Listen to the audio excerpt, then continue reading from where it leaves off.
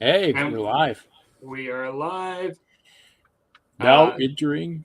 It's like I'm glad I'm no longer on the spaceport, so we're good, doing good. Season 5, Episode 10. Rusty's with us and not on the spaceport today. Thanks to those that have joined us. Looks like we've got some folks in the house. We could end up seeing who they are pretty soon, which is cool. Let's see here.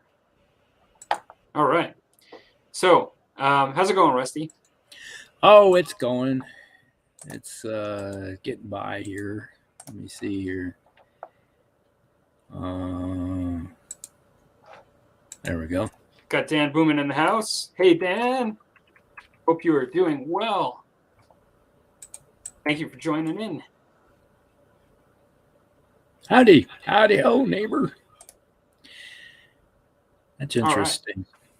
All right. Yeah, you got a little bit of a voice background there. From me? Yeah, it says you, and then it kind of you can hear your voice again. Not quite like in chiming like it was before, but. Let's see. This is muted over here. Is this? Hang on a second here. Maybe I got the volume up. Yeah. How about now? I can hear it. It's not horrible, but it's kind of interesting. Well, that's a delay.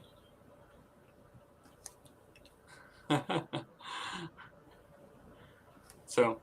I'm froze. Oh, I can see it just fine on my side. Like when you were saying I'm froze, you're not frozen on my side. You're moving. Oh, really? Yeah. I'm like a 15-second delay here. Looks like Clark is in the house. Hello, Clark. Thanks for joining us. We appreciate your presence and comments. All right. Yeah, I just see myself I'm glitching again. You said you weren't on the space station. You can see it. It's glitching again. Yeah, I can see it. Your other one's fine though. Yeah. Hey Rusty, why don't you just put your other one on and just don't worry about the actual show and the thing tonight, unless that's not possible. No. Shut this one off. And we have got Cathale Mechworks in the house. Hello, thanks for joining in. Great to have you aboard on our Paint and Chat hangout tonight. Yeah, it's like doing the old digital funky wonk here. All right. Quality is go. No. Hey, Jack Sarge. Am I pixelating? Right now you're good, but I don't know for how long. Thanks for joining in, Jack.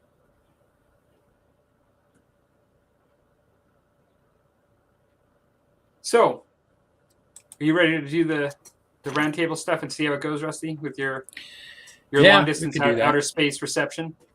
How are things? What have you been doing as far as hobbying and stuff and gaming? And what is your musty drink tonight? Well, hey, it looks like I'm back in action again. Awesome. Right on time again. We got Welcome Back Games, Chris, in the house as well. Hey, Chris. Thanks for joining in, buddy. Let's see here. I've been working on, if like the other camera was going, I would show you what's, but if you anybody watched the channel update here in the last day or so, I've been working on BattleTech stuff. I do have all these little strikers right here. Like you can see them here, little guys. I got a company of them, 12. And if you want to see them up close and personal, what they look like, well, watch my video. So I got 12 of those I finished up.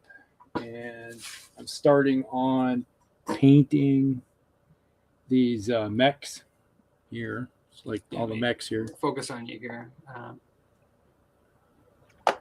There we go. All right. You can see the mechs right there. Yeah. Nice. And today I started working on them. You can see you get a little bit of green on them, some of the red. I started working on the cockpits. That's the first thing I'm going to do tonight is get the cockpits down. And I also wrote their names on the bottom. Sweet. So I like some of these Invictus is like kind of crappy writing, but you know, it is what it is. It's for you to read though, right? Yes. And it's like, you know, you can see them right here. Mm-hmm. You got their two-tone gray color, and the cockpits are almost finished. Then tonight I'm going to be working on putting some warpstone glow on them to bring out green highlighted. And once I'm done with the cockpits and the green highlighting and everything, which could take me a couple more days, I will be done with this one and flock them. So get them done. Nice. Cool. So what about today showed up in the mail was the parts to finish putting this one together. Mm-hmm. And so if the weather would ever stop raining, I would prime this thing. But right now it's like 30, I think 37 degrees with rain. So it's a lovely day in paradise here. And I would have these guys primed up. If you want to see my little shot the Warriors. This is we're getting into your. Are we announcing now? Your painting challenge. It's this episode. We'll announce them. We could do it after we do a roundtable, or you can do it now. It's up to you. Yeah, we'll do it afterwards. Okay. And the drink of the night is Glenmorangie, 12 or 10-year-old. Cool. I don't know. Have you brought that one on the show before? It's been a couple years, I think. Okay, because it's been a while because I don't remember that one. Yeah. It's like 2 bottles or so ago, I probably. Sweet. Nice. And then what about gaming? You've been doing some BattleTech? We had a BattleTech game on Sunday. Cheers. And that video's went out on Tuesday. Okay. And we've been playing on this Saturday. We're going to be, I think, maybe playing Flames of War, possibly. Nice. That's cool. I haven't heard you play that one in a while. Yeah, it's not my favorite. You've been playing Battlefront, right? I prefer Battlefront over Flames of War. Yeah, that's what I thought. I heard you say. Well, I will go opposite, so this way you don't drink alone. My musty drink tonight is going to be the Jameson Stout Edition. That's what I'm having. So a little bit of Irish whiskey and stout casks. And for gaming, I kind of told you guys on the last episode that I was playing some the Marvel game, but I am actually haven't been gaming as much the last couple of weeks just because of various obligations and stuff. And I've been doing more hobbying on the weekend. But I can kind of show what I've been doing, and that is, and then what I'm planning on doing, I should say. But I kind of showed this on that video that I just did. Let's see. Here we go.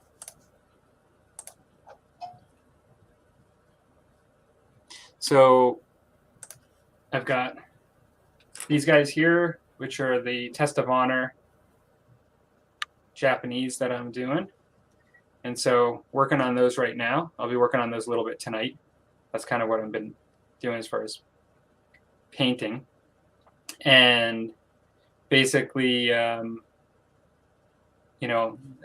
still kind of we're doing a lot of printing for some 8mm 40K stuff. So that's kind of the goal for now. Now I've got some stuff pulled out for when we do the sharing on the what the challenge is going to be, which is kind of different than this. But yeah, that's mainly it for that. How long did it take you to print those 4 buildings? Really not very long, because these are actually, they're not glued, but these are in pieces right now, and they're actually hollow, which is really nice because I actually don't use much resin at all. It's like they look like more substantial than the amount of plastic that they are actually. And I'm going to say That's probably 4 hours of printing. Okay.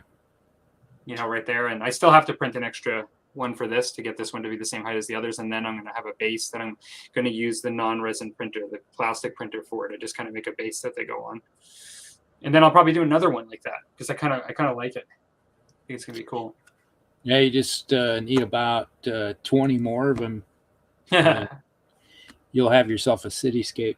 Yeah. For the fight in. Yep. These are free, but this company that did these for free actually make ones that are a bit more complex and even, I dare say, cooler looking. And I might actually now once I get a couple of these up and running, I might actually just get some variety, and it's the same architecture and kind of window sizes and stuff. It's the same style, but it's just like all different kinds of buildings. So I might actually end up buying some designs. Okay. But yeah, obviously last night I was looking at different companies, that were provided different lines, because the was it Lost Kingdoms is the name of the miniature line, which my painting challenge is some of their miniatures. So yeah. Chris says, I'm working on 15 millimeter mechs. So he's referring, I think, to what you're doing, Rusty. Yeah. And he says, good drink choices. I concur. Tasty libations. We've said Battletech enough tonight that it does warrant at least one swig. Oh, this all right. Is starting to open up. So for those of you that might be, we are going to get into doing some painting tonight to just hang out and chat with you guys. And for those of you that have been with us for a while, you'll know that we like to do probably at least twice a year a painting challenge. And really, it's low key. I'm thinking because we're starting April 7th, it's not like a deadline of end of April. What do you think, Rusty? Nah, it's end of May or starting in June would be a... Whoa. You give you a foot, you take a yard. I'm good with that because I actually have some other stuff that I'd really like to get done. And my make actually what I'm trying to do. People that are watching my channel know that I've been a little slow lately with my painting, but that'll actually allow me my eyes to maybe achieve the results that I'm wanting to do. Yeah, I just look at it as it gives us an opportunity to not feel rushed into getting something completed. We'll get it done. It just won't feel like we need to get it done next week. Yeah, true. So then what are you thinking then, given all of that? I'd say if, by end of May, that's okay. What, 7 weeks? Roughly. And then what are you thinking for your project? Well, you want me to show it now? Yeah. Okay. All right, if anybody's watched my channel in the last day when I did my announcement, I have these guys, which are Lost Kingdom miniatures. Nice. They're 3D printed, and I got it set up as a diorama. Put the three together here. Which one goes? This one goes in the middle. Don't drop them. That'll put a quick end to the challenge. Yeah, definitely. I'm like seeing these resin models and you balancing them.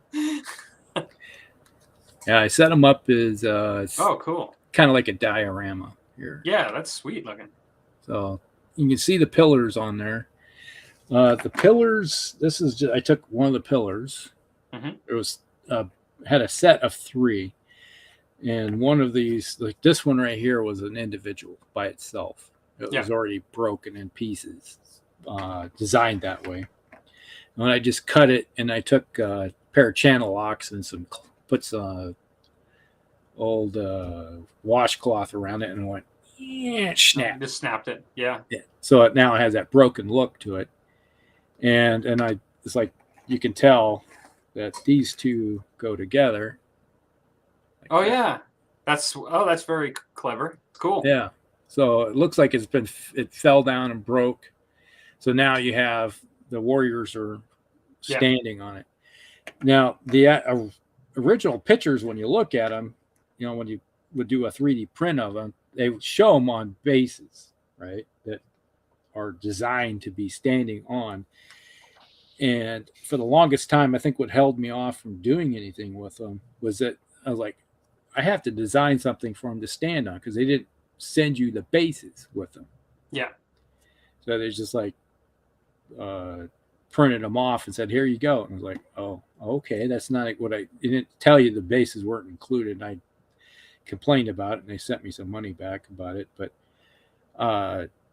so I was just happened to be at my local game shop, Mayhem Hobbies, Games and Comics, and I was looking through the Reaper Bones section, and I seen a box of these pillars, and I was like, "Aha, that might be what I'm looking for." So I just bought them. It only cost me like $4 or $5 somewhere in there. That's nice. They look great. Yeah, so they set right on there nicely. Nice. So is that what are you going to start with, or do you have any plans besides that, or what are you thinking? Depending on, because I have another commission I got to work on here.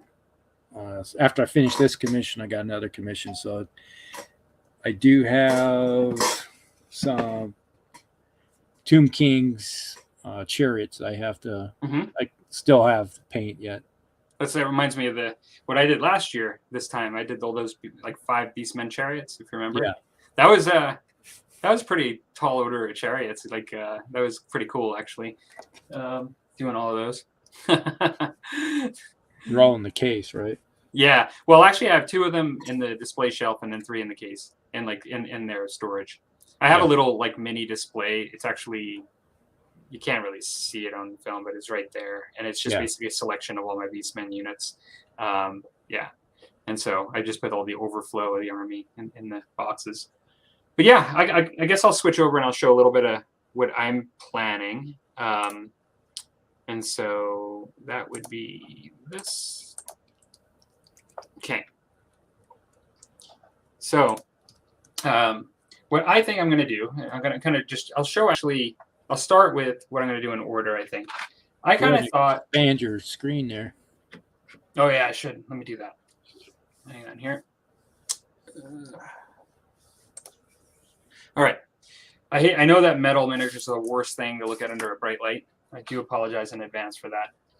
I got these 6th edition Chaos Trolls. Let me pull back here.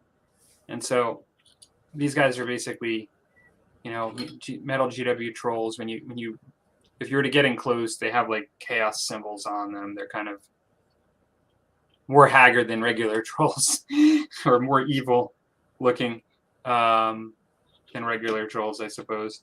But yeah, so I thought I would start by painting these guys up. I'm using it.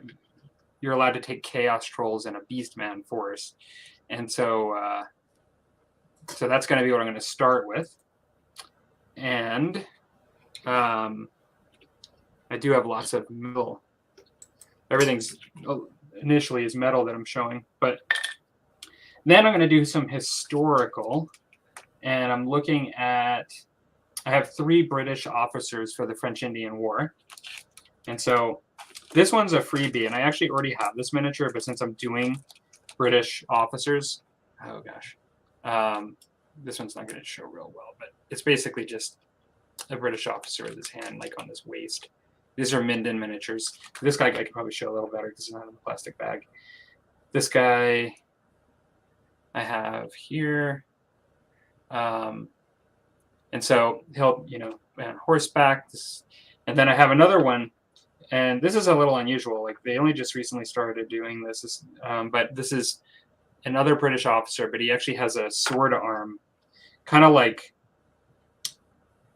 I don't know, like the multi-part kits with the peg in it, and I can just kind of move it into the position that I want.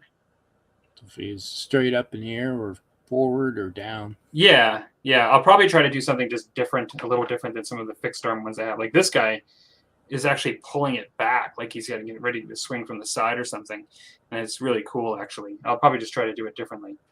So I've got the 3 Chaos Trolls, then I've got the 3 French Indian War British officers. And then what I thought I would do is continue to really mix it up and paint for the Marvel game, Scarlet Witch and Quicksilver. Okay. And then if we do truly go to June, then what I expect is I will add a splash more of Japanese Test of Honor miniatures, and also continue on my Apocalypse 8mm stuff, and show some of that too. And so, because I'd really like to have, as much as like, for those of you that are painting like workhorses out there, you laugh at me when I say this, but I'd really like to have the 3 Chaos Trolls, the 3 officers, and then the 2 Marvel figures painted within a month. And that doesn't sound like a tall order, but with the way I've been going, it kind of is. And so if I can kind of get those done, and maybe even before or whatever, then I'll start working on some more Ashigaru Japanese and some more of the other stuff. Yeah. So I think that is that. Let's focus out here now. And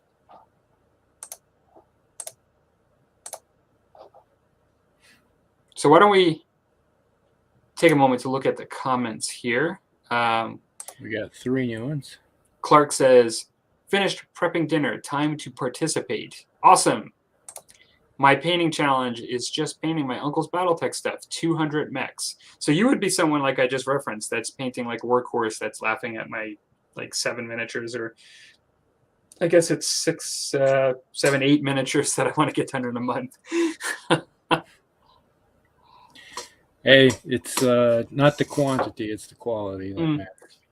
Yeah, you know, in the end, it's all a balance of whatever you got to get done, I suppose, and want to do. And Chris says, I'm going to do NAM stuff. Awesome. I saw your... You'll have to put another video up. I know you put one up recently, Chris. That would be cool if you share some of that. That'd be cool. Is there anybody else watching that is painting now, or planning on starting a project or doing a project, or even joining in our challenge, like publicly putting some things out there that I'm going to do this? For those of you that don't know, we do have a small Musty Wargamers Facebook group where we just show stuff that we're doing. It's really low key, and we do put our painting challenges up there just as a way to share and show how we're progressing on stuff. But yeah, and so feel free to join over there. We also you get a little bit of a heads up. You used to get a little more of a heads up, but you get a heads up when the show's coming. Oh, we got a comment. Oh yeah. Theo says, need the weather to get better so I can do some mass priming for my Battletech stuff. Going to expand my Comstar, get more World of Blake, and do some more of all the clan stuff I have. Well, you're in the right place to talk about that, because there are a lot of Battletech heads on this show and in the Musty Wargamers group. And one of the head honcho grand poobahs is Mr. Rusty Gronwall. What you trying to say, huh? What you saying, Wolves? Yeah. Try. Right now. It's like well, we got a Battletech game next week. Yeah. You guys do your challenge at some time as other channels. Well, I think it's a spring and fall thing. Yeah. Is most of the time it's like you're trying to break the funk of the winter. A lot of people get funked up during the winter time, and the weather gets them down, and the spring hits and you start getting a little rejuvenated. And then the summer hits, and then people are like, oh, gee, summer's here, and so busy doing other stuff outside and running around. And then the fall hits, and then you're like, oh, winter's about here. And you start thinking about painting again. Dan. You know, the other thing is, I know there's like people that name months, and there's like Worktober, and people that have like October seems to be a really popular one. There is that sort of route where people have it like around, you know, always like around a certain month. there seems to be almost like a painting challenge in almost any time. In a lot of ways, this is for us, and like anybody from the community that wants to join in, it's great, like we love it. But I actually don't watch that much YouTube anymore, so I honestly don't even know what other channels are doing challenges right now. Do you know, Rusty? I don't even know. Like what other channels? I haven't seen anybody talking about painting challenges, but then again, there's so many channels, and yeah, it's hard to say. There's a lot of channels out there that I don't even watch anymore. Looks like Dan says, I can't participate in the challenge due to spring work on the farm, but I'm steadily painting my World War II Soviets, working on them tonight. Awesome. And Jack Sarge says, right now I'm painting the Corinth faction from War Gods by Crocodile Games. Heroic fantasy, ancient Greeks, basically. That sounds very cool. Yeah. I bet you that would work well for many things, but for whatever reason, I think of Saga Age of Magic. That's what kind of comes to mind. Yeah. That would be kind of cool. Chris says, lots of spring cleaning challenges. Spring clean, like getting rid of your stuff. Yeah. I don't think, at this point, I was just looking, I was grabbing these off. These 3 British offers were off a shelf that I used to consider a workflow shelf that would be like my next projects, and now it has a whole bunch of cans in front of it. Like I forgot it was even there. Rusty, you've shown something there? Let's see here. But I actually found a bunch of Infinity models that I was thinking I should paint because I really like them. And they were on my workflow shelf with these. There you go. That's Yankees. It's okay. Union troops, 25 mil. Nice. From Old Glory. Got a whole bunch of them I have to put together. It's like someone else that I know is doing their spring cleaning, so they have a bunch of stuff they want me to paint up for them. This is a commission? Yes. Okay. And part of the commission is if you see all the containers sitting back behind me. Yeah. Remember I sent you a picture? Yeah. That's part of the payment was all for that. So I just doubled the size of my epic army.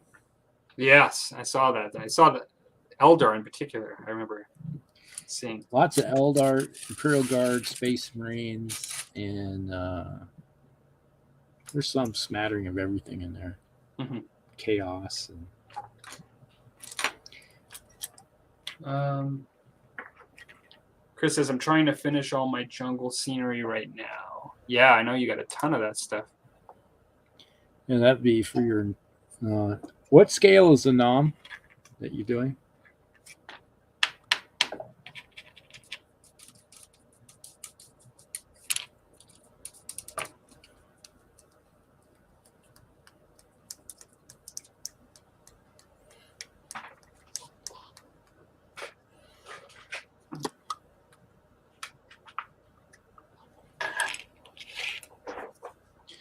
Settling into the painting.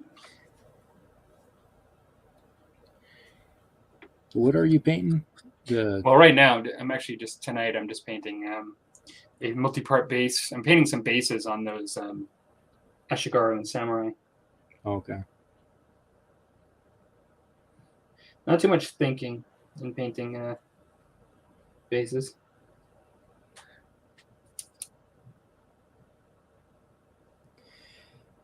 Yeah, it's going to be concentrating on painting Battletech.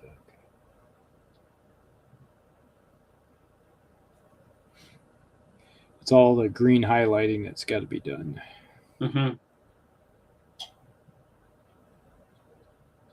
I don't normally paint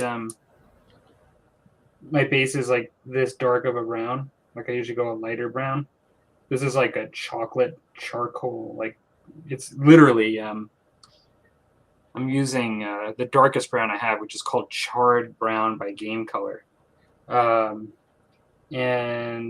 I'm going for like a really dark earth for the base scheme, and then I'm going to use like a really bright green grass on it, with just some like flowers and things dark green, the contrasting. The light green with the dark brown, yeah, to really make it kind of pop, the green grass on it. That's what I was thinking. Never did this particular combination before.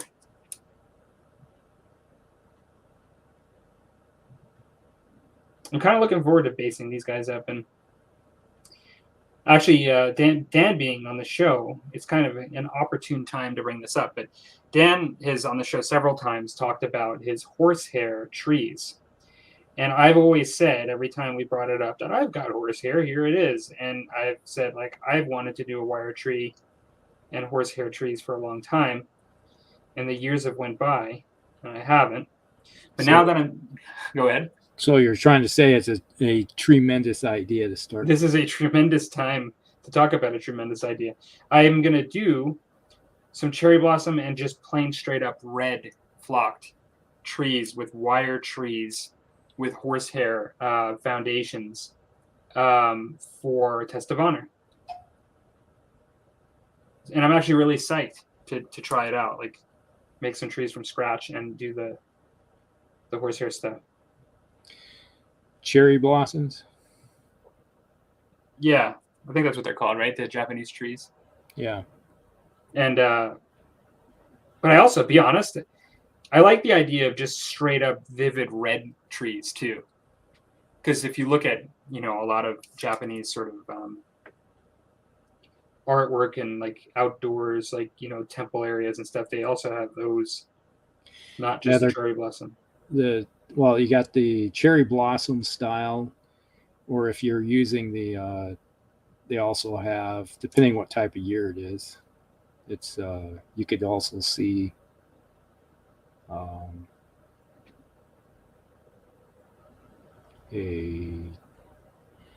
like a trident maple in the fall. It's nice bright red.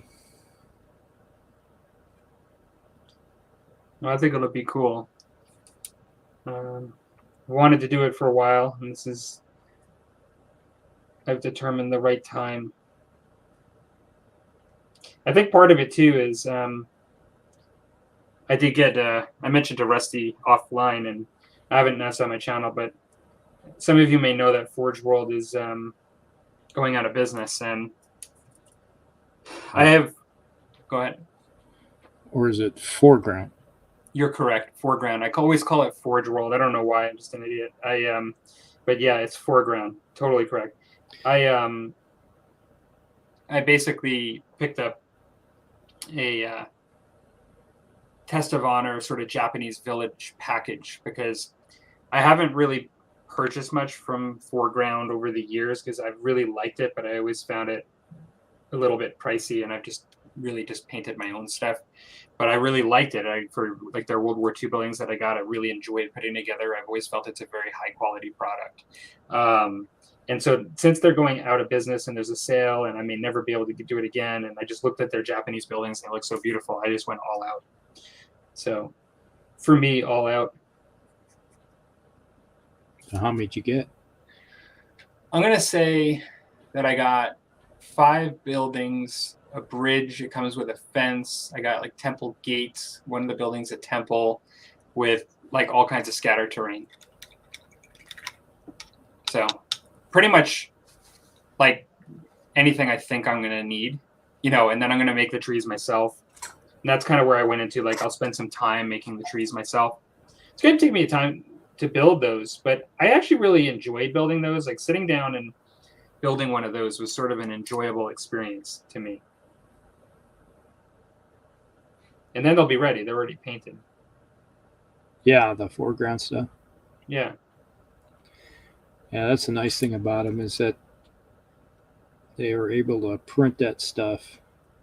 They lay, it's layered MDF. Mm-hmm. I've seen videos on how they did it way back in the day.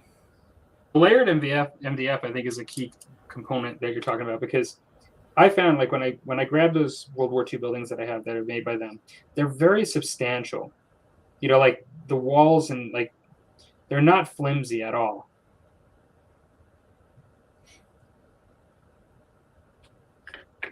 what I found. Yeah, I wanted to get some 15 mil stuff from them Mm-hmm.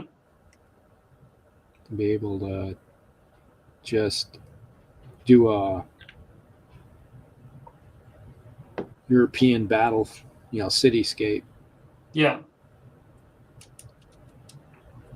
I mean, with having a 3D printer, it felt kind of weird buying terrain because one of the justifications that I got 3D printers for was that. But this is sort of an exception, and I really think the Japanese stuff will suit well because some people may not like MDF for a lot of reasons, and one of them may be that it's less three-dimensional in some ways when it comes to texture.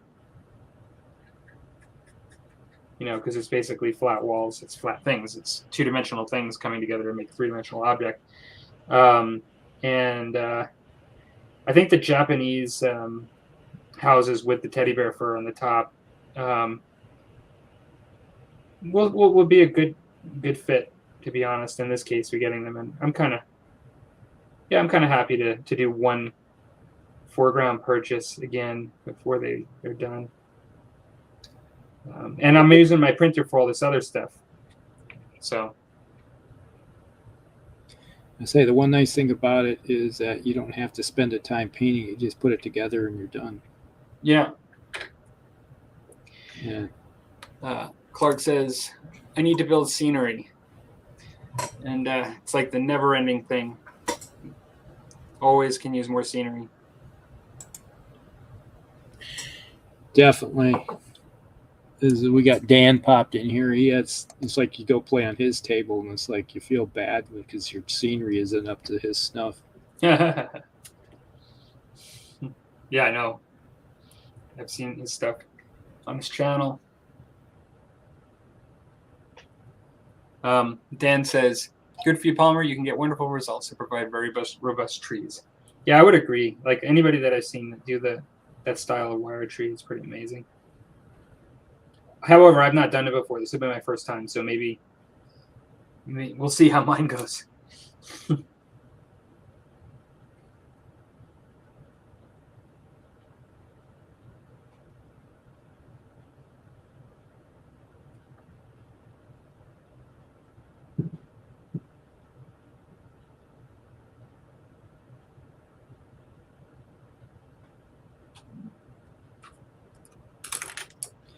Yeah, when you think about it, terrain is one thing that really, you could have the nicest looking miniatures, but if you don't have any terrain, it tells a story. Yeah.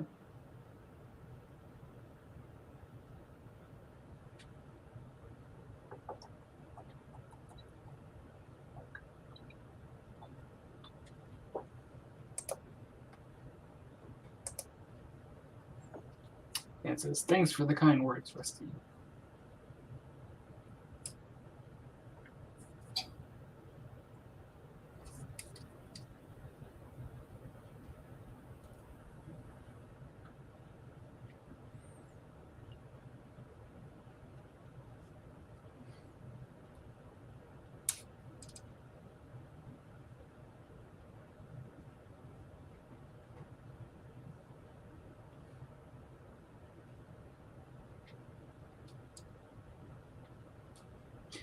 So we have Jack Sarge in the house, and correct me if I'm wrong, but I think Jack Sarge is quite into Vikings. Is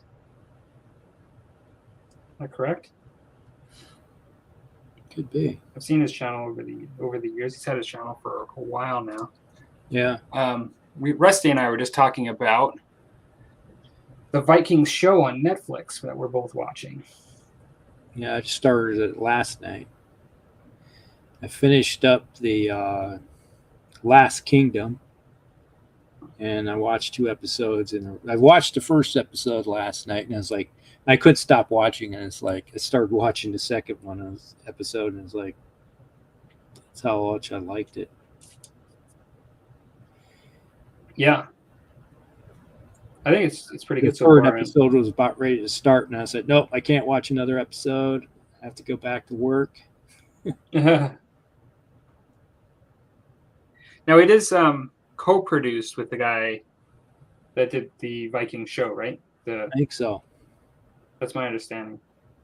I know in reading, I've read some small articles, interviews by the director, and the intention always was to end up in North America, with the meeting of the Inuit, right? Sort of. Yeah, they had the Skraelings. They call it Skraelings. Yeah, the Skraelings. Which was the Inuit in Greenland. They had bad run-ins with them. Yeah. One way or the other. They were never. Do you think this show is not taking place after that, though? It's taking place before that, right? Yeah, it's like you had Leif Erikson, which was the son of Eric the Red.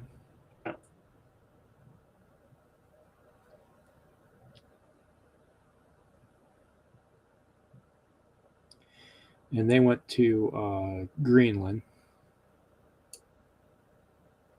because he got banished from Scandinavia because of murder. Mm-hmm.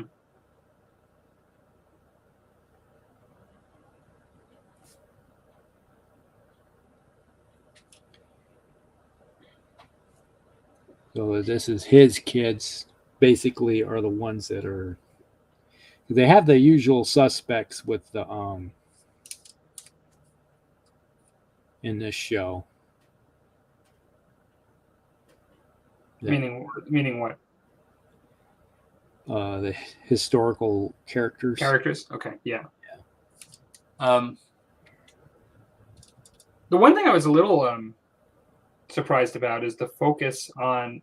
I understand the focus on the religion differences between Vikings and Christians, in like when it comes to like England versus like the Danes and stuff, the Vikings. Yeah. But I didn't expect to see so much like Vikings versus Vikings based on religion. Is what they're showing in the show. Yeah, it just depends on what group you're looking at. The farther north or farther away from Europe, in general, you had more Christians or versus pagans. Well, if you went to the original Viking episodes, the show Vikings, you wouldn't have seen Vikings that were Christians, particularly in the beginning of the series, like you see on this show. Yeah. So it must be a reflection of the conversion, abroad into the Viking culture, because you definitely didn't see it like on that first show for sure. Yeah, you had some Christians showing up, but they weren't welcome. Let's just put it that way. Yeah. But in this one, Christians are now the majority, and it's a polar opposite. Mm-hmm.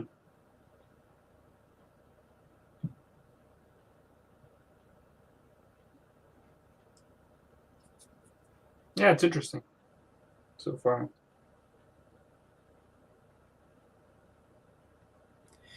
Yeah, in the first series, you had Rollo became a Christian. Would you really feel that like he really adopted it though, like the way they do in this one? Or it was more a political thing, right? Yeah, it was a political thing. It was a ploy to gain power versus. In this one, it's the power base is the Christian. Yeah. And then you had the king was in the new series, how he offed the Danes. If you watch, you haven't watched The Last Kingdom, have you? I watched the first season. I don't know. I know it's popular. For some reason, it was a little too much like of a superhero show for me. Like, in the sense that I just found it very much like about this like Viking superhero, like, you know, that you just don't know under any odds get out of situations and whatever. Like I didn't find it as much about the people like when watching the first season, if that makes sense. And so because of that, I didn't really continue with it. Maybe I misjudged. I don't know. The Saga. All he gets beat up quite a few times, but he just keeps coming back. Yeah, and I'm not saying that he didn't ever get beat up. And of course, when he took on Canute in the first season, you know, he definitely won in the end. But no, he had his share. You know, he got captured and was prisoner in the first season. I remember a lot of it, but I just remember it seemed very almost fantastical. Yeah, it's kind of like in the vein of the Saga. Mm-hmm. Hero Saga. That's basically what it is. Is that when the hero is always the one, no matter what. He may die in the end, but his goal was to. He always seems to win, even in death. He'll win. Mm-hmm.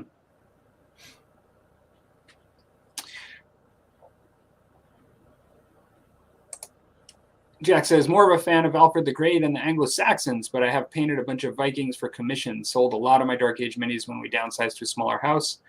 Might need to collect 10 mil. I'm actually more and more interested in doing some 6 mil ancients and doing some stuff like that. I'm really interested in To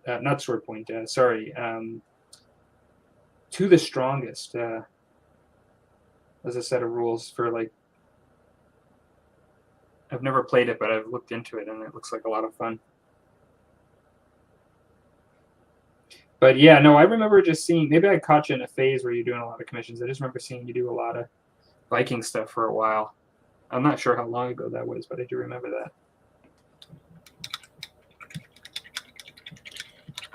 Nick.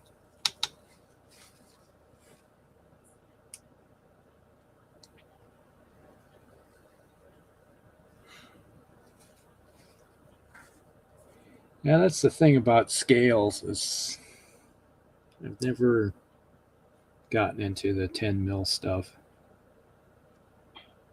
I'm starting to enjoy the idea of smaller scales.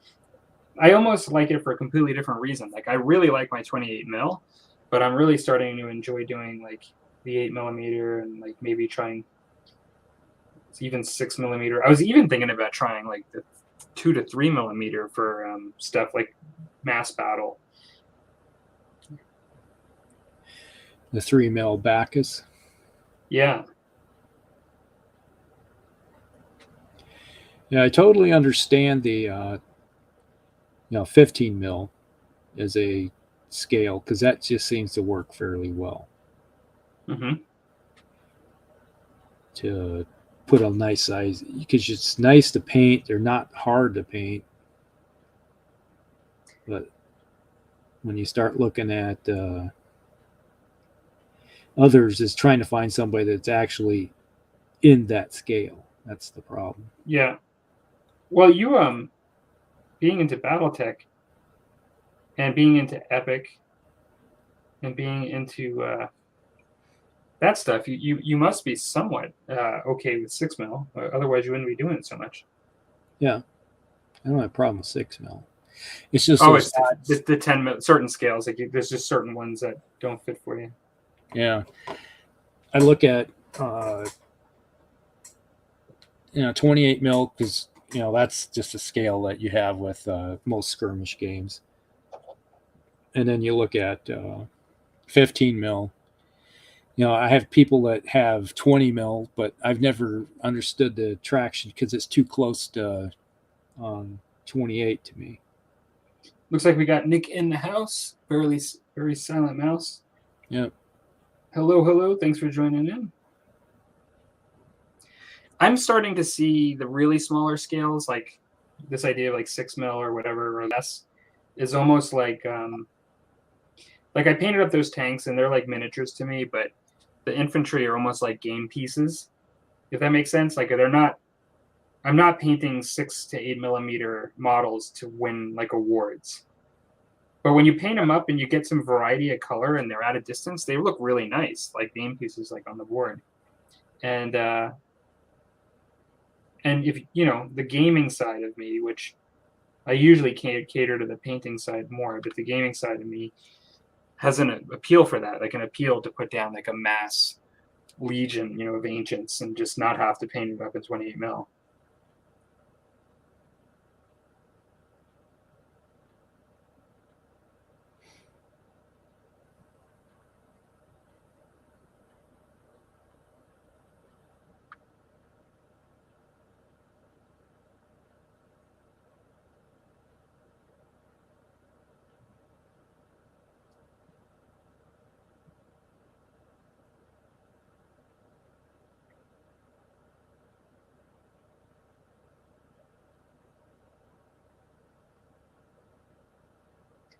It's one of the things that really made me interested in doing this apocalypse in small scale. Is 10 mil or? Well, I've been doing 8, which just kind of matches the Adeptus Titanicus that GW's done.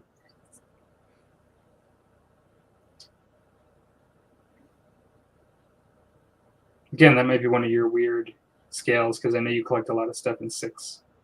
Yeah, it's like 6 mils.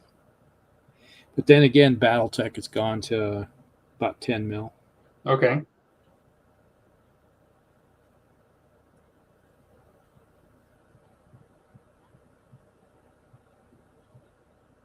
Yeah, if you look at the old 6 mil mechs from the 80s and early 90s, they don't scale at all to the new stuff. Mm-hmm. You just kind of look at them and go, wow, these things are small compared to them. Right. It's kind of the way of things.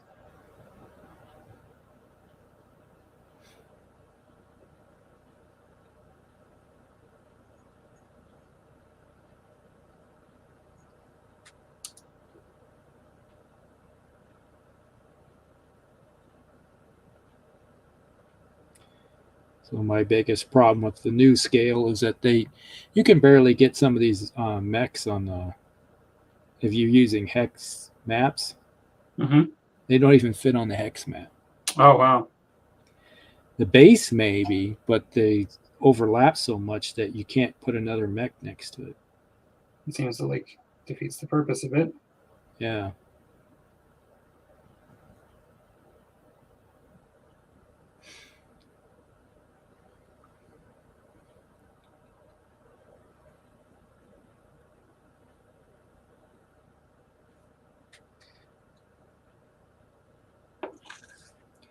It's like I remember when the first time they started supersizing everything, and it's like I got one of the miniatures, and I looked at it and go, "What the heck is this thing? Like, why is this so big?" Nick says that he's overpainting 6 millimeter infantry, and Clark says that I like painting 6 mil stuff. Paints really quick. Yeah, I think to each his own. Like I kind of find I have a different set of expectations when I paint the really smaller stuff. I don't try to paint it the same way. Not to say that you can't paint detail and small things. I know people can, but canvas is different. Yep. And you can paint a lot of 6 mil stuff quickly. Yeah. And you're not worrying about details like you are if it's 15 or even 20. Catheel says, yeah, I can't really put my old stuff on the table with the new. Just doesn't look good. He's referring to your comments there. Yeah. And Nick says, I haven't had that problem yet, Rusty. Not sure if you know which part he's talking about. That was from a minute ago. And then Clark says the Turkina is a chunk, but it's always been a chunk. But that stands out. Is that one of the battle mechs? Yeah. Here's a great example. This here you have. Let's put a base to base right here. This Archangel, his arms stick out almost as far out as another base. Oh, yeah. Side. So he's taking up 3 hexes by himself. Oh, wow. But do they know that? Like, is he meant to take up 3? Well, they're just making them so big. Yeah. Instead of just going with it and saying, hey, keeping things, a hex is supposed to be like, what, 50 meters, 30 meters? Yeah, well, it used to be 50 meters. I think it's 30 meters now. But still, a mech is not the size of a 30-meter hex. Are they trying to go away from the hexes to get to just totally open table or no? Well, if you play Alpha Strike, you can, but I know, and I know that part, but I wasn't sure if you got a sense whether they were trying to do away with Classic. Well, I don't think they are, but it's hard to say. Because with what you're saying, the way they're making the miniatures, it doesn't seem like they're trying to support it. Well, one of the reasons why I play open terrain, this regular hexless Battletech, which works wonders, played as a miniature game instead of a board game. Mm-hmm. Works good for me.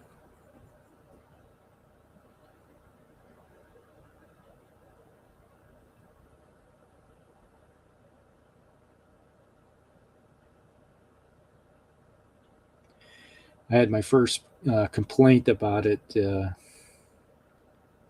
over the weekend. Complaint?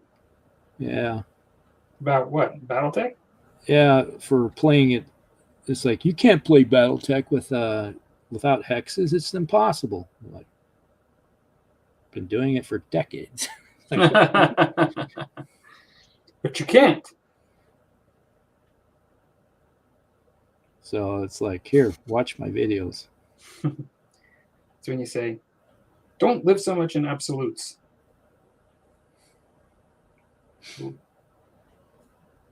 It's very enjoyable playing it that way. Don't tell me the odds.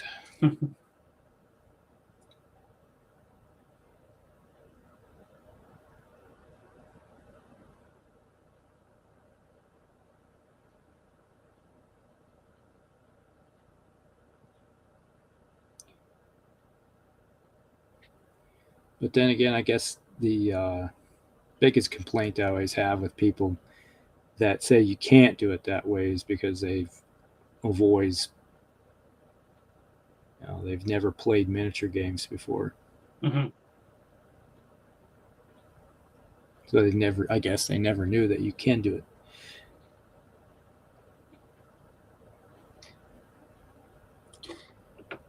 You can't sail across the ocean. You will fall off. Well, I've sailed clear around the world. I've never fell off yet.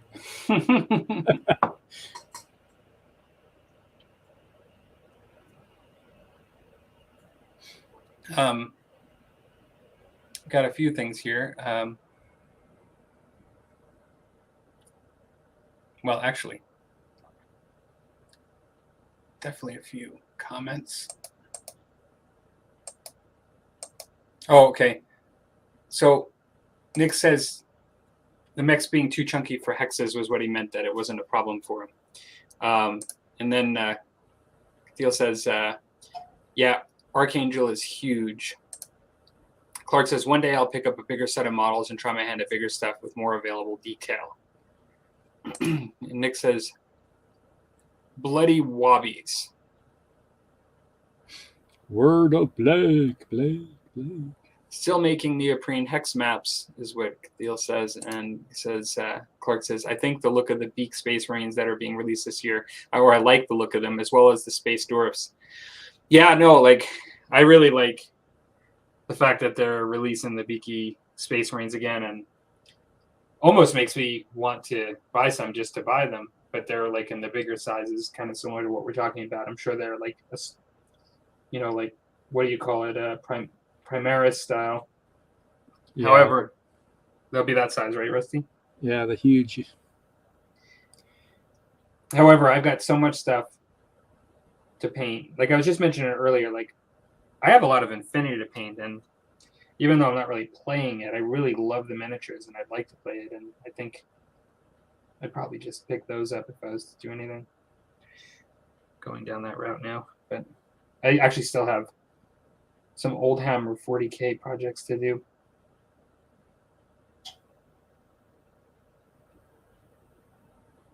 But yeah, they are cool though. I agree with that. It's kind of a nice design aesthetic. And Nick says they keep releasing hex maps, so not getting rid of hexes. That's probably a good point. If they're gonna release them, they probably want you to use them.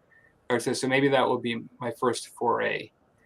And so Clark, first foray and maybe doing some 40K stuff. Like you're gonna maybe consider getting some Beaky Marines or squats. That's pretty cool. They're awesome models.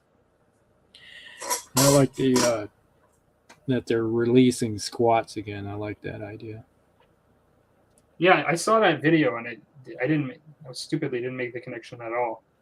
I saw the video of the squad arriving and saying he's back, and I thought it was like meant to be something from like one of their books, like a character from one of their books, and It was just I thought I was like not in the loop on what it was referring to, But then somebody pointed out that GW confirmed that it's likely, that they're doing squats.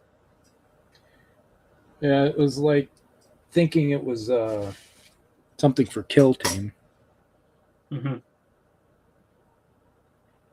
Like because of the ship, the fact that it's on a ship. The video they were showed all these destroyed ships. Yeah. Kind of the Space Hulk. Yeah, exactly. Yeah, I can see that.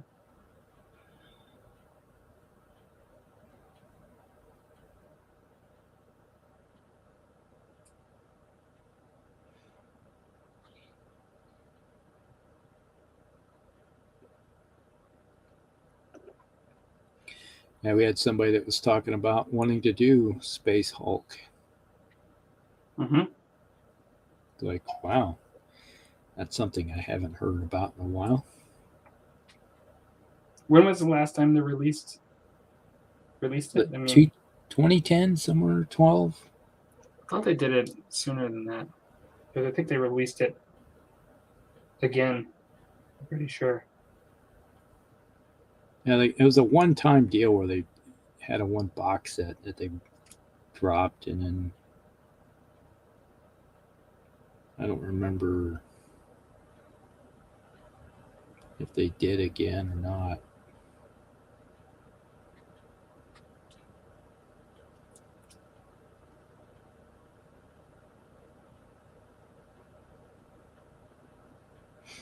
As I didn't pick it up.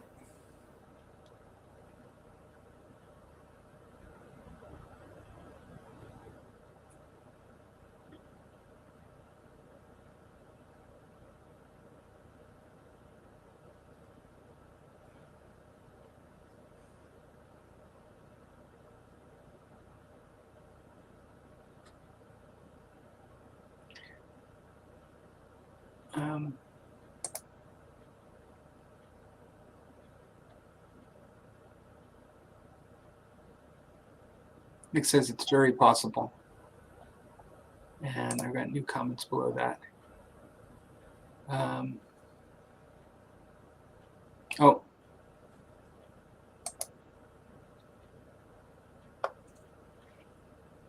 What was possible?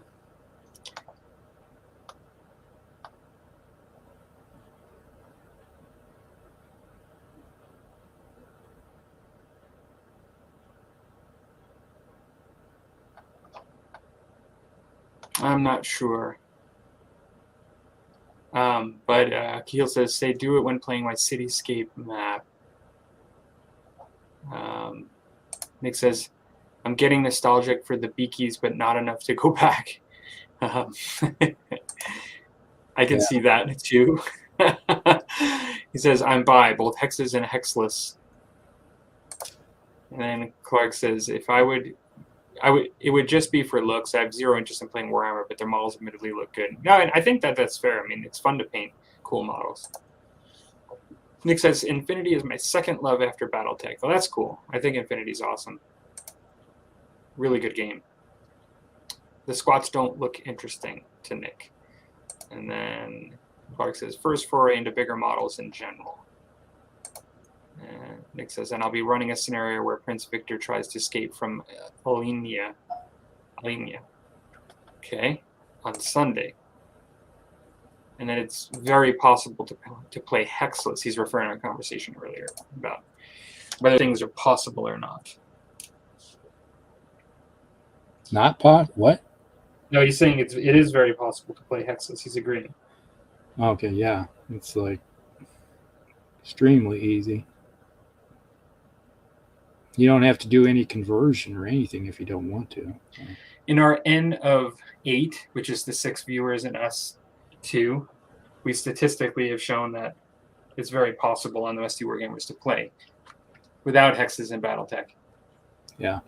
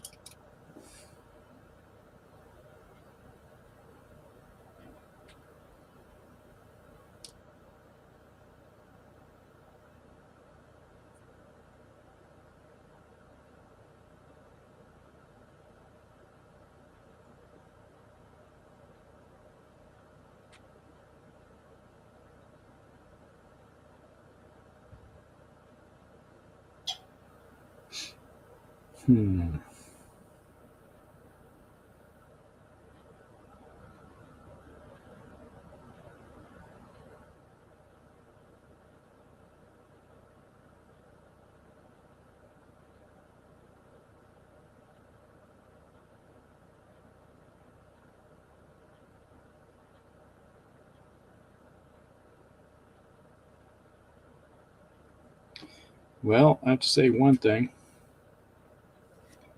Trying to paint after having a little bit of drink is making it hard to focus.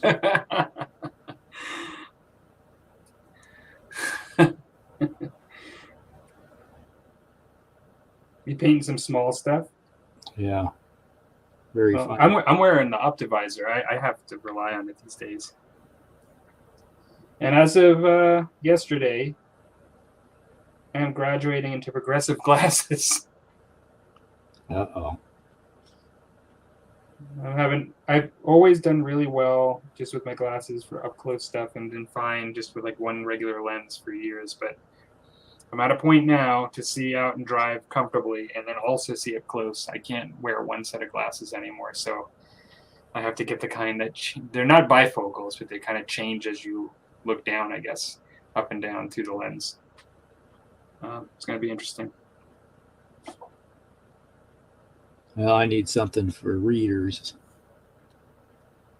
Well, typically, I'm not having too many problems, but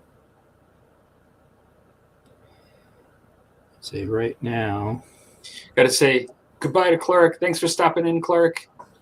He said he's all right. I'm heading to bed. Night. Yeah.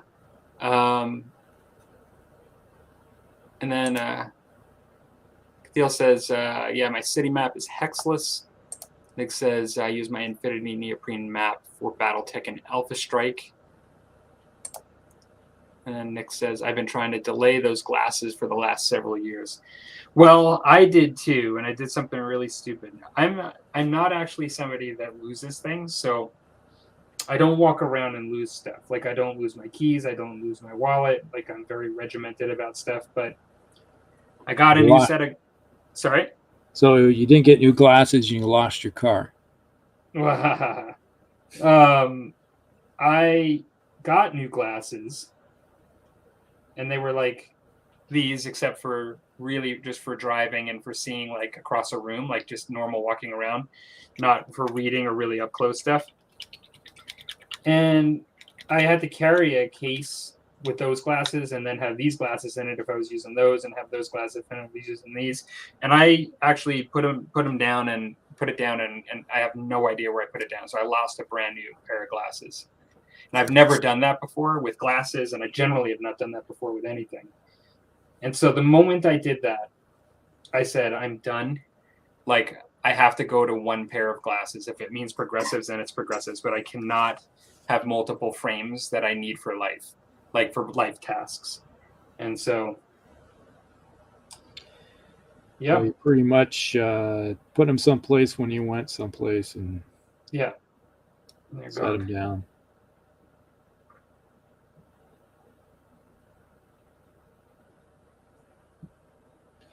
Yeah, my wife does that all the time.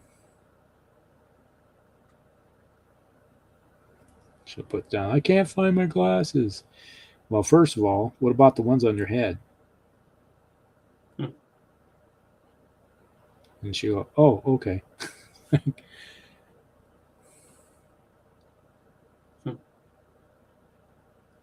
Yeah, I've always, I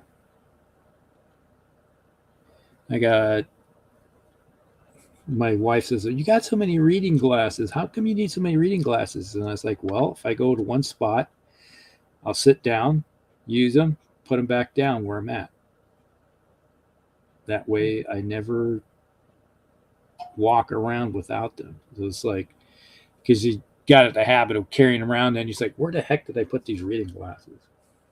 Yeah, my wife does that too. She has the magnifying reading glasses all throughout my house and every car. Yeah. Yeah.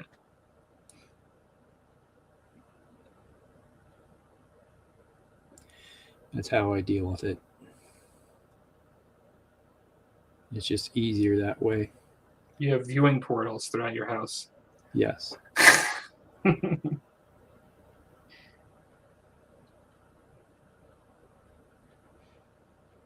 So if I get up and move, I put them down where I'm at. So they're always in the same spot.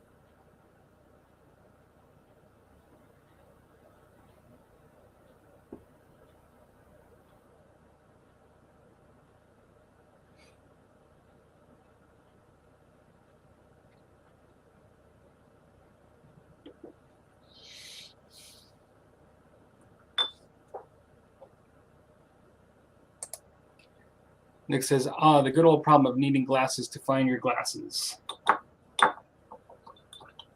Yeah.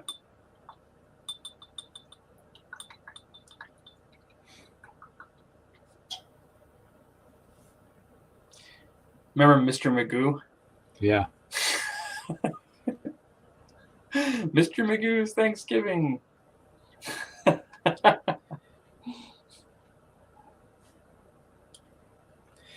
Yeah, for me, it's like you go an arm's length away, I have no problem reading. But then if you go any closer, then I just can't see it. And then if I'm working on painting something, then I always have, like, these are 175s, I think they are, reading glasses. Mm-hmm. They work fine.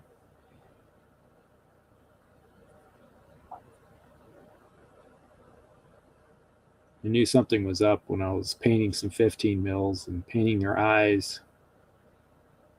And suddenly it's like, I can't even see their faces anymore. What the heck's wrong with me?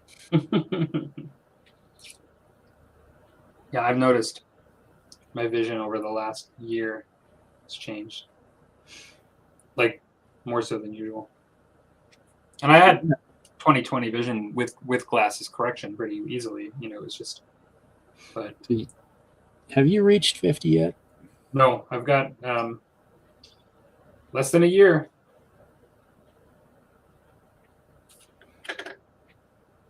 Yeah, I'm 57. So I remember when I was about 50, it's like one day everything started, it's like, wow, it's like I'm having a hard time reading something up close. Yeah. And I went to the eye doctor, and he said, "Oh, there's nothing wrong with you." And I was like, "But I can't see." He's like, "You're just getting old." It's like, thanks. All right.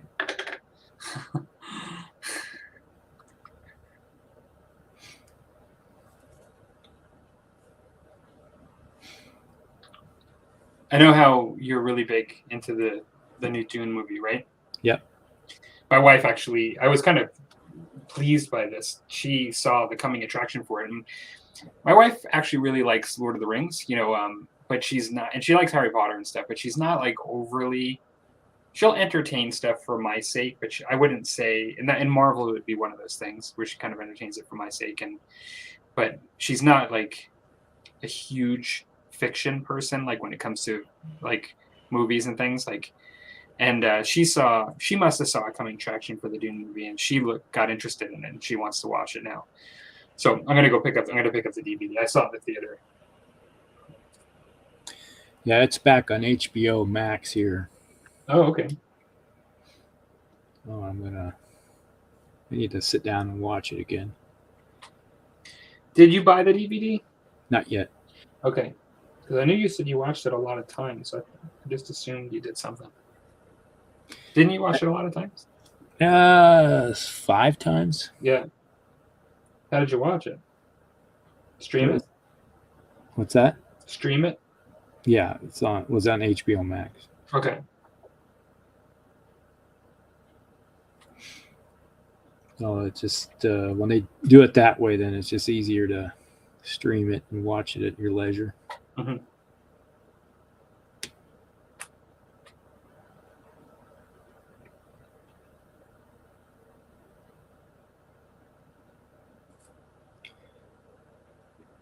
The new Moon Knight TV shows on Disney right now. Mm-hmm. Did you watch it? Yeah, we've seen the first 2 episodes. And what did you think of that? It's gotten better. The first episode was like weird. Mm-hmm. And then the second episode it got better. Like, you actually didn't see Moon Knight as Moon Knight until the very end of the first episode. So. Well, it's better than Daredevil. It took like seasons to see him in his red costume. Yeah, it wasn't until the 13th episode of season 1 you actually see him in his costume. Yeah. Everybody says, you need something, you need some body armor. And it's like, yeah, I'm working on that. Going through, just a sweatshirt and rubber tire protection doesn't really help you very much.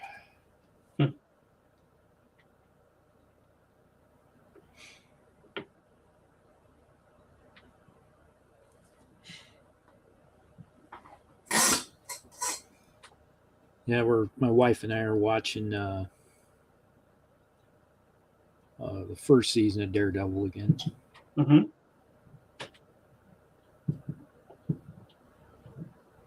I think she also humors me.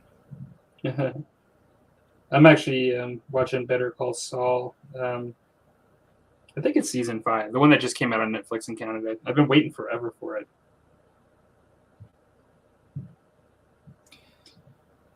Yeah, I need to sit down and watch that at some time.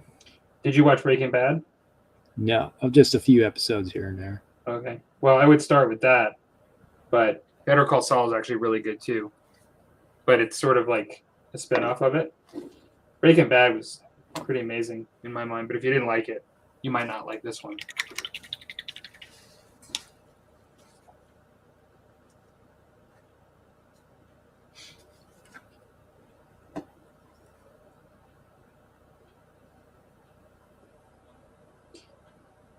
I was actually, a little fun fact is Anthony Hopkins actually said that Breaking Bad, and he told the guy that played Walter, like the actor that played the main character, that Breaking Bad was potentially the best acting he's ever seen. Cranston? Yeah. Yeah, coming from Anthony Hopkins, I mean, that's a pretty huge compliment. Well, he had a lot of. He was really good in Malcolm in the Middle, playing the dad. And I really liked Malcolm in the Middle, watching that. I remember when that was out. I don't think I ever really watched that. Let's see. It's 2000s, right? Early 2000s. Yeah. It was on like 5 seasons, I think. I think it went off the air in like 2007.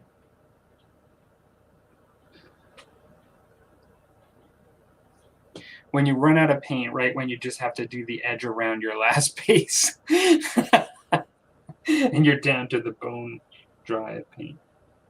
I didn't really run out. I still have more in the bottle, but. So you're trying to say you need a new bottle? No, I'm good with that. I just have to grab more, and then of course I have more than I need because I can never take out as much as I actually need. Just as much as I need. I guess it just gives me another opportunity to go over areas I might have missed.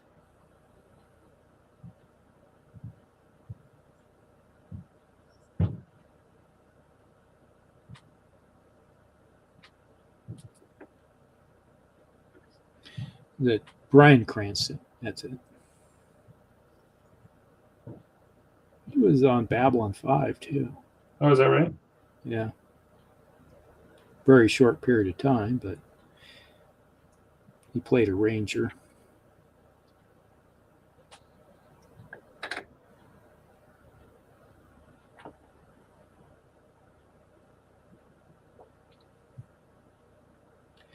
I heard that they were going to remake that one too. I never saw that one, but I heard good things about it. I really liked it. I've watched the series probably about 5 times completely through. My daughter is hooked on it too. That and Stargate.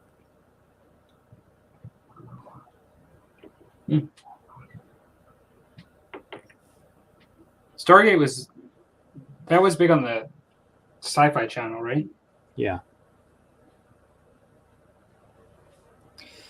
There was Stargate SG-1, then there was Stargate Atlantis, Stargate Universe.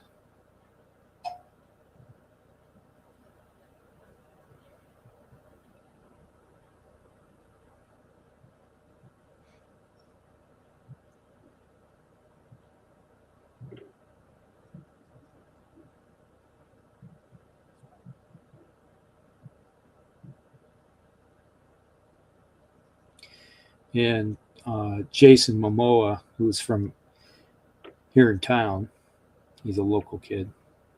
Oh, really? Yeah. I didn't know that. Yeah, he's from Norwalk, just a little town, little village right on the south side here. Cool guy to meet. You've met him? Yeah. Since he's been popular or before?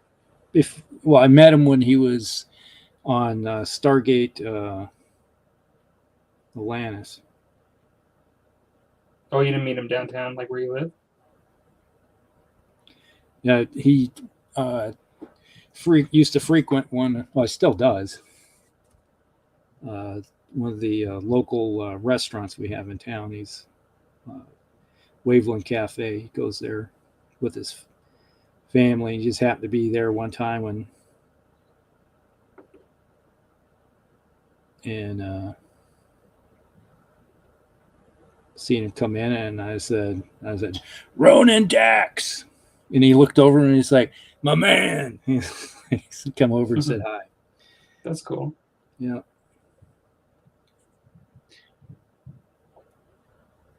That's probably good. You knew him from a little bit more of an obscure thing.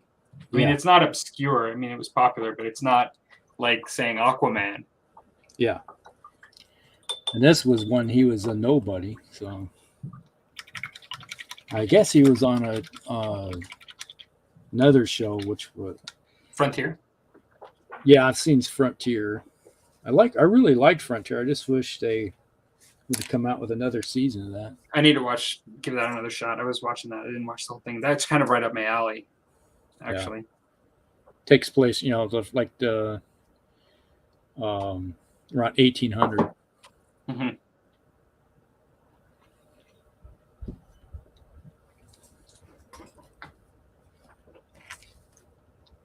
Yeah, I really enjoyed that series.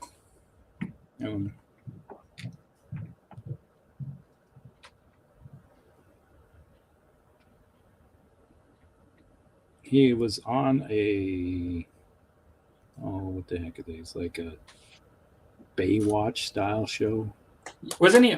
Isn't that true? Wasn't he on Baywatch? I think it was Baywatch, Hawaii, maybe something like that. Okay.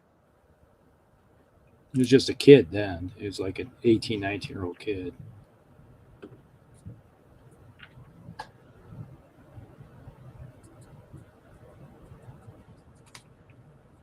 I was never a Baywatch guy myself. I've never seen an episode of it. Actually, I've probably seen maybe 10 episodes. It's just one of those things, like it's on and it's like, it's got some hot chicks on it, so.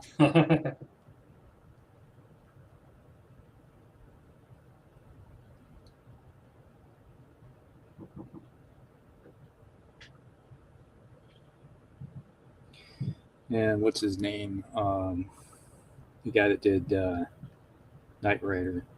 Yeah. Hasselbeck. Hasselhoff. David. Yeah, Hasselhoff.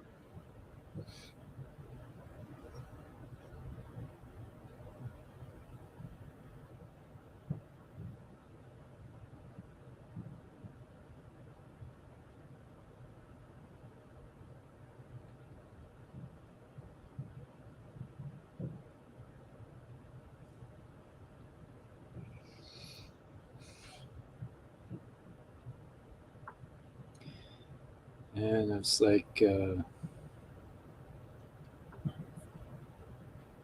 time I met Arnold Schwarzenegger. Where'd you meet him? Came to my wife's school back when he was the fitness guru for the Bush administration. Oh, okay. Came in and was talked at my wife's school. So I got to go over and meet him. Are you guys doing, not to change the subject or anything, but are you guys doing any more Gasland games? Has that been talked about? Several of us have talked about it, but the person that is kind of nixated. There's one person that didn't want to. Yeah. Yeah, those were fun bat reps to watch. I enjoyed doing the bat reps.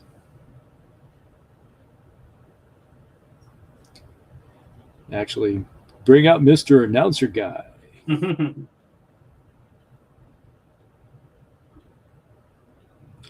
Now, if you want to talk about videos that take a lot of time to put together, those did. Yeah, I bet. Because I actually voice over afterwards, right? Yeah, it's like you do the battle, actually do the game, and then I would sit down and make a storyboard and actually have to rehearse what was going to be said, when I was going to say it, and everything. Yeah. And then I would set it up as a video and then go through the video, play the video over, and just kind of like, okay, make sure I got it down, what I was going to say. And then yeah, it's a lot of work. Yeah. It's like about 2-3 hours of work would went into one bat rep. Yep. You're kind of channeling what I was saying yesterday on my video. Because even doing simple stuff takes a while sometimes. Yeah, that's one thing that people don't realize is that, they see these reports and they think you just sit and just throw them together, and then they complain about, well, you could do this, you could do that. It's like, oh, that there's only so much time during the day to do stuff, and sometimes you just don't feel like wasting it all on doing fancy stuff, you know. Yeah.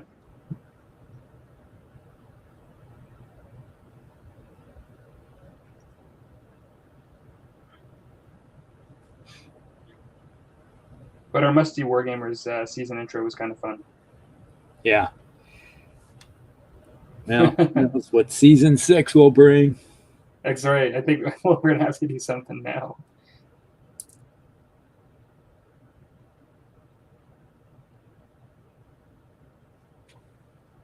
Ah, darn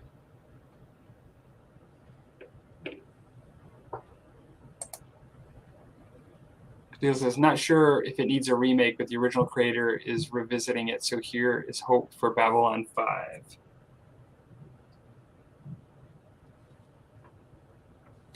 Oh, yeah. The only cast member I've met from that is Claudia Christian. Do you like to go to the cons to meet folks? Yeah. She was at a con and I got to meet her there. Never been to one of those.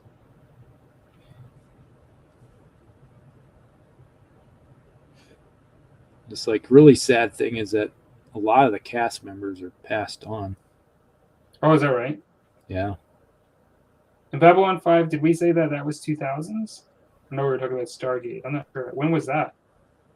Started in 94 through 99. Yeah. Well, when you have a mixture of ages, that's what happens when you have a show 30 years later and you had somebody in their 50s, Yeah. you know, on the show, or 60s, you know. And that happens. Yeah, the only ones left, Claudia Christensen, who played Ivanova, the actor that played Londo is still around. Talia Winters.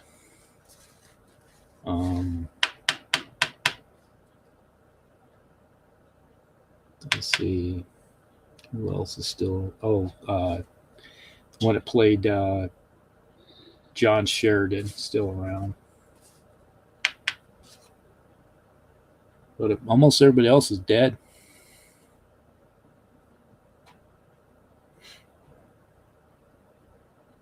Well, you, as somebody that probably watched shows from the 60s, because like the 60s for you would be like the 70s for me, I think, as far as timeline. Like I was born in the early 70s. Yeah. Were you know, I'm not sure if that, I'm right about that. Yeah, I was born in the early 60s. Yeah, so if that's the case, you would have watched some shows in the mid to late 60s, even if you watched them as reruns when you were younger or at the time in the late 60s. Would I be correct about that? Yeah. So you probably, you know, like most of those folks have passed, right? Yep. Yeah, like that's kind of, and I start to see that now in the 70s, like with stuff, and early 80s. Well, heck, if you had an actor that was just 30 years old in 1970, you know, they're 82 now. I know.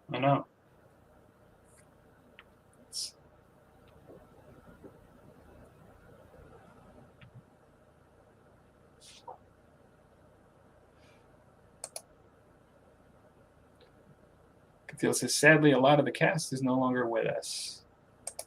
Like you were just saying. Don't think it will be the same without G-Car's monologues. G-Car's monologues. Yeah. Yeah, he made the show in some ways with the interaction. They really expanded on it. It's like the first season he was kind of a jerk, but later on they made him actually into somebody that was a really worthwhile character.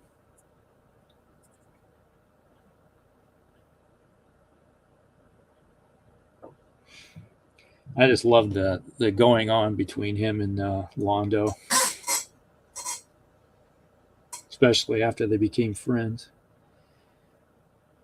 Sworn enemies becoming friends. If you ever get a chance, watch it. It's a real good show. Yeah, I would have to. I don't know if it's streaming anywhere these days. Last time I seen it was still available on HBO.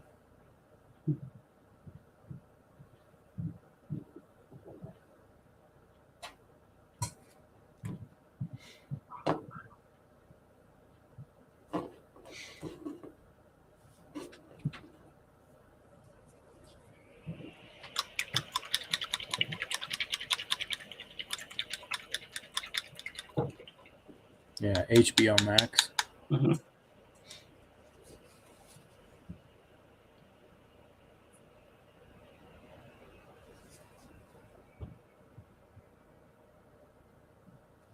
Yeah, Religious Epiphany.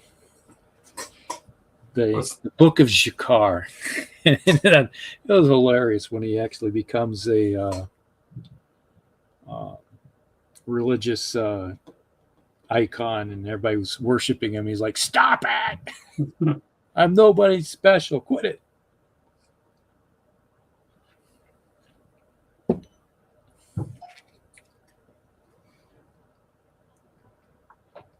Kind of stuff that makes you laugh.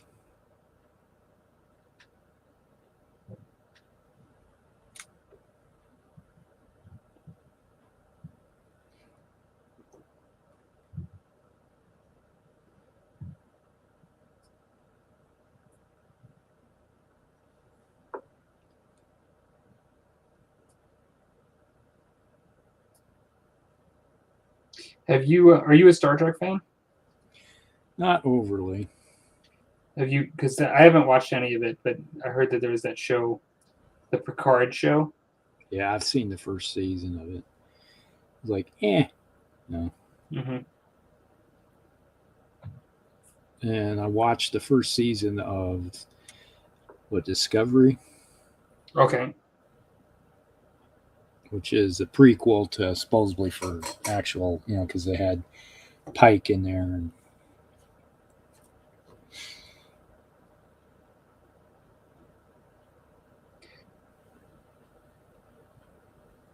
but of all the Star Trek series I've watched, the only one it's like I liked the very original series with the Kirk in it, and then I liked Enterprise. Mm-hmm. You didn't like Next Generation?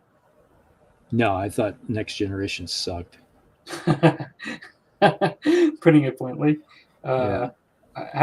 Why is that? I just didn't. That Prime Directive crap just put me off. I just couldn't take it. I was like, this is garbage.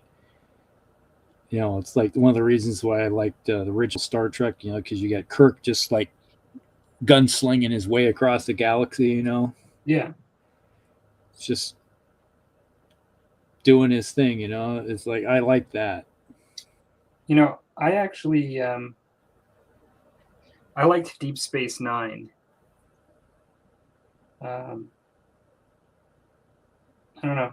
I actually watched it when it was out. Deep Space Nine, I watched it. And I was cheering for the end of the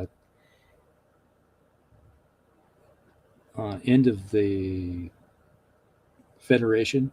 Mm-hmm. Well, especially when they got attacked from Alpha Quadrant or whatever, not the Alpha Quadrant, the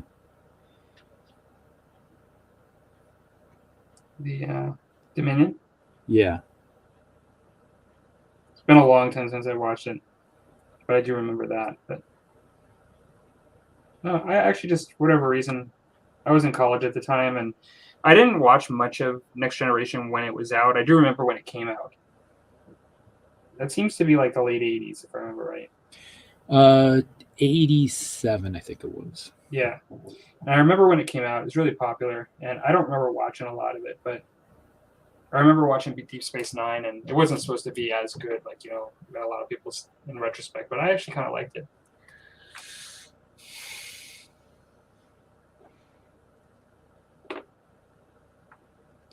And the what's that one is Voyager. Mm-hmm. I kept wishing that Chakotay would throw Janeway in an airlock and push the button. Give her the old heave ho out the door and say, we've had enough of you. The fact that you actually remember all the names, though, shows you know a little bit about something. I watched the first season or two. I think it was 2 seasons of Voyager before I couldn't take it anymore.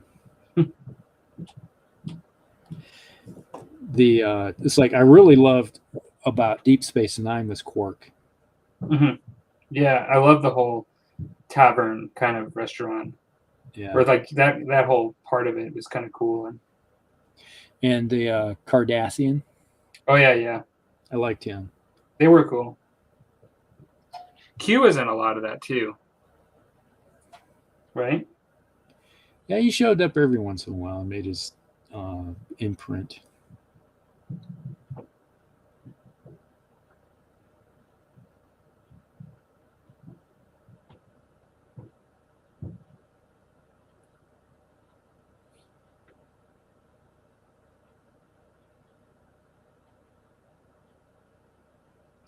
It went from like spears to bows, now to a musket.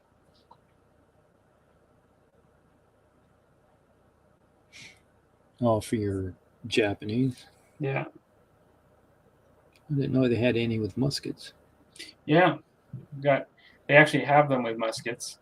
And then I even have one with these sort of, it's another word for like a blunderbuss. I have these ones with these like wide Arquebus?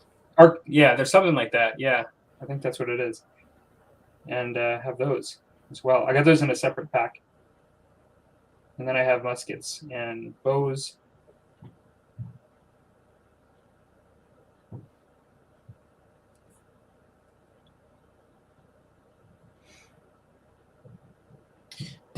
We talked about how you realize that they're coming out with a remake of Shogun, the miniseries.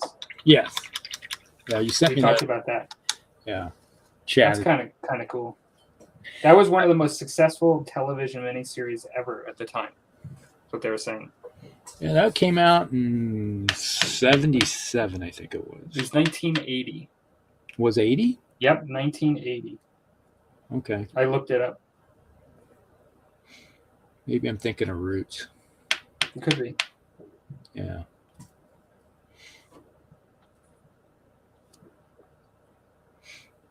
In any case, anybody that was alive at that time, so far, if they had a television, like if they had access to television, and I say that kind of because my wife only had like 3 channels when she grew up, where, you know, I had like, before we had cable, I mean, we at least had like 12, like on the public, you know, whatever, but at that time, which is kind of amazing to think about that today. But most people knew about Shogun when it was out. Yeah. It was kind of a big deal. I grew up with 2.5 channels. Okay. Depending on the weather, you could get 3. And if the weather was inclement, you get 2. Mm-hmm. Sometimes, if the weather was really good in the we actually get a channel coming out of Winnipeg. Well, in all fairness, when my wife says they had 3 channels, one of them was French, and they didn't speak French. Yeah. Like, other than, you know, like they learned it in school and everything, but they weren't primarily French speakers. So, you know, it does dwindle your kind of options. Yep, I know what you mean. Well, Rusty, I'm getting close to time to being done, and our 6 folks have come back down to 2. We've got Cathiel's the last person that commented. I'm assuming he might be one that is still on. I could be wrong.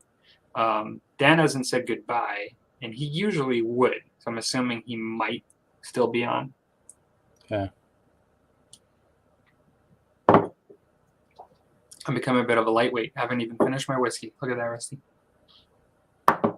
You finished yours? No. I haven't finished mine either. Yeah. Still sipping away at it. But I got some Very good work good. in. Got my bases painted, the base coat, and I got some weapons painted. Like the wood on them. That's actually... Yeah, I just need to finish this last arm of green, and I'm done with this mech. Still got Nick in the house, and he's listening, and Dan's staying is still here. So He hasn't escaped yet. no. Well, I think it's time for me to hit the road. All right. Give me a second here to finish this little bit. And Hang on. there.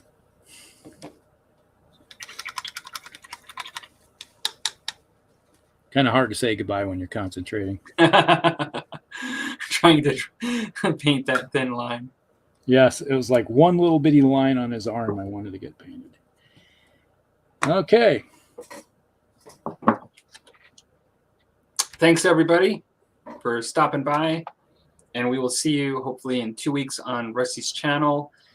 Don't forget to stop by the Facebook page if you're planning on maybe joining and doing a model or two as part of a challenge over the next bit. Putting them up on the Facebook page. That'd be fun. And we will go from there. Sounds good. All right, we'll see you in a couple of weeks, everybody. Hope you guys enjoyed tonight and a little bit of discussion we had. And see you, Dan. See you, Nick. All right. See you guys. Night, everybody.